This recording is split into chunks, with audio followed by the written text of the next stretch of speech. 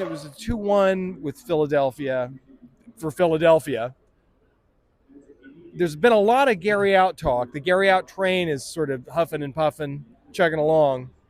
Yeah, like I just said, the Gary Ott train has no brakes left. I think. So lots of complaints about Gary. We can get to that. Let's talk about what happened on the field, though. It's kind of like deja vu. We score, we have a lead, and we squander it. And well, this time the other team won. Yeah, so like they're squandering a lead and getting a tie, and then they're squandering a lead and losing. Yeah, and it's not looking great right now. Like we're pretty close to a quarter away in the season pretty soon, I think, right? And not collecting a lot of points. We're out of the playoff position. Yeah. Not even the play-in. Playoffs? Yeah. There's the hope is draining, and like I've noticed like a lot of people leaving early, and if this continues, like the Philadelphia goal went in, and like half of the people in my section were just like, "Well, I'm going to fight traffic." Yeah. What's gonna happen is like, what about tickets for next year? Like people are gonna be like, well, I don't want to come here and watch this team play like this. I'm not gonna renew after all the other crap that the front office did earlier in the year, like with the seated supporter sections gone, the cash grab in Miami. Yeah. So I don't know what they're doing. Like I'm not in their position, but outside looking in, I'm like, yeah, you can't be doing these things. Like you're gonna piss people off, and they're not gonna want to come back.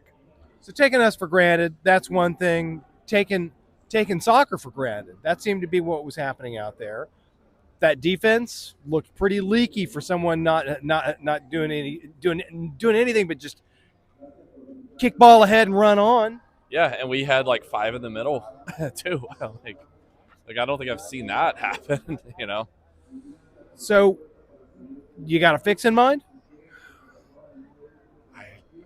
I don't know. I like we're really hurting now with Zimmerman gone, because he's kind of the rock of the defense, and doesn't seem like there's anyone there that could step up and take that spot.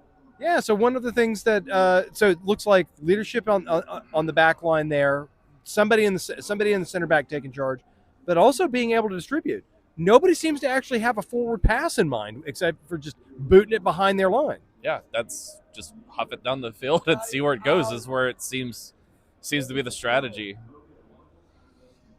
Huck it down the field, that seems to be their strategy. And do you see my new scarf? Let's see this scarf. This is the anti-Leagues Cup scarf. There we go. History over profits. History over profits. The other side too.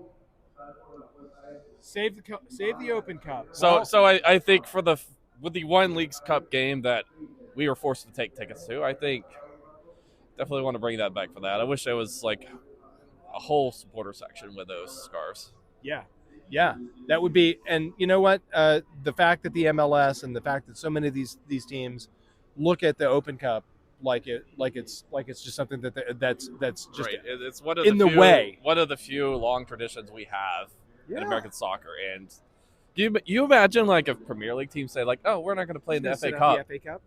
No, it'd be so much outrage. They'd be laughed out of the league. Yeah. So it's just so terrible, and it's just one of these things where it's like, and on top of all of that, it's an opportunity for the young kids to get a chance. Yeah, and unfortunately, it doesn't look like this club cares about getting a trophy anyway, the way things are going. So, maybe it's for the best. Let someone else have the chance. Let someone in the USL win it. They deserve it.